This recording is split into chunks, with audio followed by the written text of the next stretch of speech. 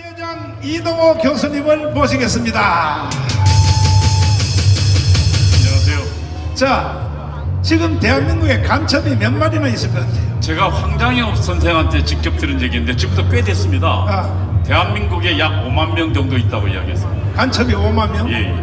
그리고 여기 강원에 와서도 계속 같이 연설하셨던 김국선 선생님은 이제는 15만 명으로 늘어났다고 그랬어요. 그러니까 그때 당시 5만 명이라 그랬으니까 그리고 이제 직접 그 5만 명이라는 얘기는 황장엽 씨는 지금 북한의 직접적인 명령을 받고 있는 사람이 이야기할 거고 자발적으로 또 북한 따르는 친구도 있으니까 거기까지 치면 김국선 씨 예상이 맞을 겁니다. 그럼 내가 물어볼게요. 국회 안에는 간첩이 있을까 없을까? 제가 보기에는 분명히 있을 겁니다. 있어요?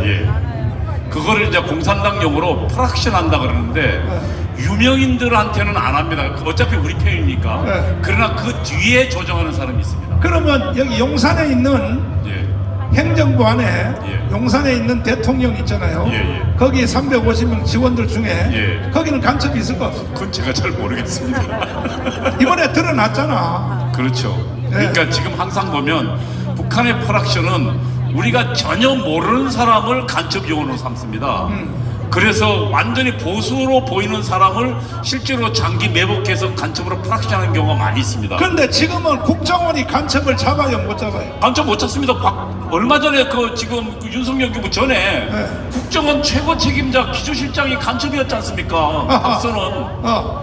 그래서 그 친구는 김승규 국정원장 시절에 1심의 간첩단에서 우리 대한민국의 핵심 정보가 대통령실에 논의되는 핵심 정보가 바로 1분도 안 돼서 넘어간다는 혐의를 잡고 해보니까 대한민국 청와대 안에 그것도 외교 전략 비서관이 그것을 보냈다는 것입니다. 그래서 김승규 원장이 그 대통령 참모는 함부로 구속 못 시키거든요. 그래서 조사해야겠습니다 하고 보고하러 들어갔다가 나오면서 잘렸습니다. 김승규 장관이 거꾸로 잘렸죠? 잘렸죠.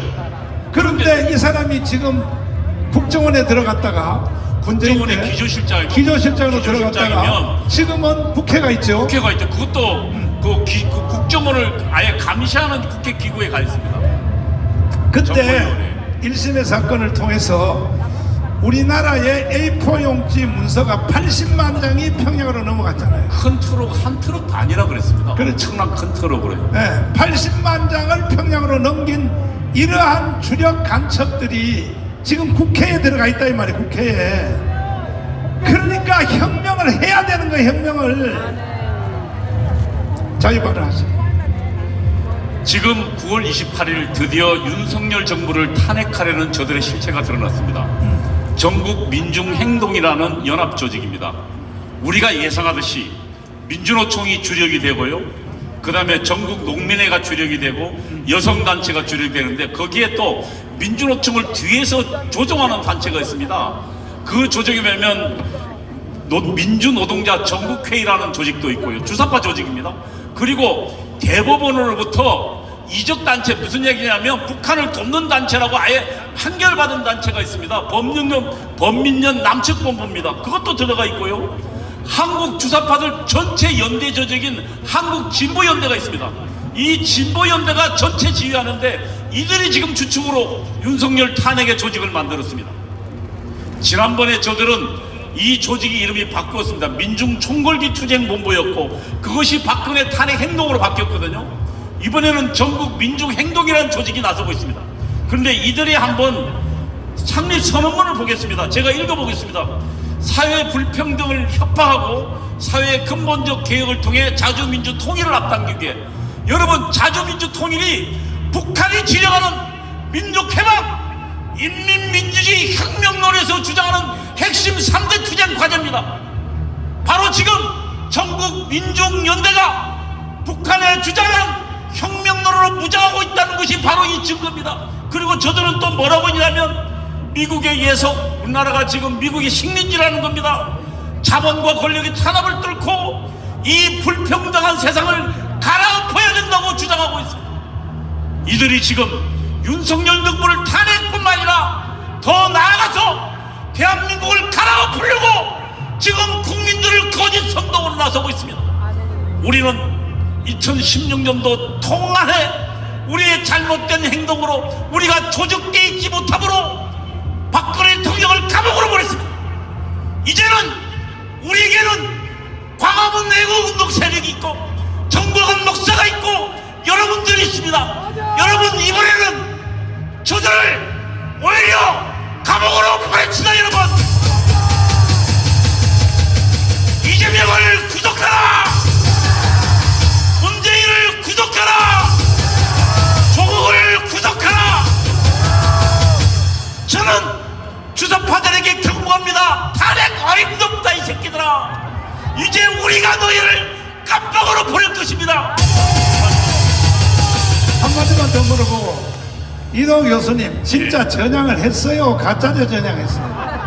하나님만 아십니다. 하나님은 아시죠.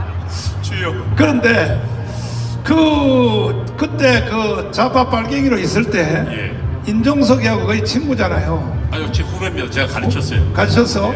근데 인종석이가 느닷없이 이제 북한하고 남한은 이국가론을 주장했어요. 예. 그 왜 그래요? 그 북한에 지시받은 거 북한 아닙니까? 지시받은 겁니다. 그 걔는 보니까 40년 전 그 버릇을 아직도 못 버려요. 40년 전에는 우리가 맨날 방송 듣고 북한 지시하면 앵무새처럼 외쳤거든요. 이번에도 이번에 그 1월 달에 최고인민회의에서 이게 북한 헌법을 바꿨거든요. 내용을요. 아마 이번에 헌법을 바꿀 건데, 그러면서 민족통일론을 이국가론으로 했답니다. 왜 그러냐면 지금 북한이 보기에는 대한민국과의 전쟁론을 강화시키기 위해서입니다. 다시 말하면 우리가 한민족이라면 우리에게 무력 침공하는 게 허용이 안 됩니다. 속이는 거지. 예, 그런데 이제 이번에 저희들이 이국가라면 아예 이제 무력 침공해도 되고, 또 하나, 만약 북한이 무너지면 지금 어떻게 됩니까? 북한에 대해서 우리는 지금 북한을 점령할 거는 우리 헌법이 명령하게 해야 되는데, 이번에 이국가 되면 북한이 중국이 들어와도 우리는 멀뚱히 보고 있어야 됩니다. 그러니까 지금 이런 고난도 얘기를 지금 엉터리 같은 얘기, 우리 헌법에 반한 얘기를 북한이 주장하니까 인종석이 그대로 따라하고 있는 겁니다. 아니, 주사파 사람들은 인종석을 비롯해서 대통령 비서실장 하면서도 이 국정감사할 때 전향했습니까? 하고 물어보면 왜 전향했다는 말을 못하고 그런 말을 왜 물어봐요? 왜 계속 그런 소리를 해요? 전향 안 했잖아요. 전향한 적 없습니다. 그 친구. 그래서 그렇게 말하는 거예요. 그럼요. 그 대신 이제 전향했다는 말은 자기 북한이 쳐다보고 있기 때문에 전향했다 말하는 순간 북한으로부터 찍히거든요. 그러니까 북한이 본국이잖아요.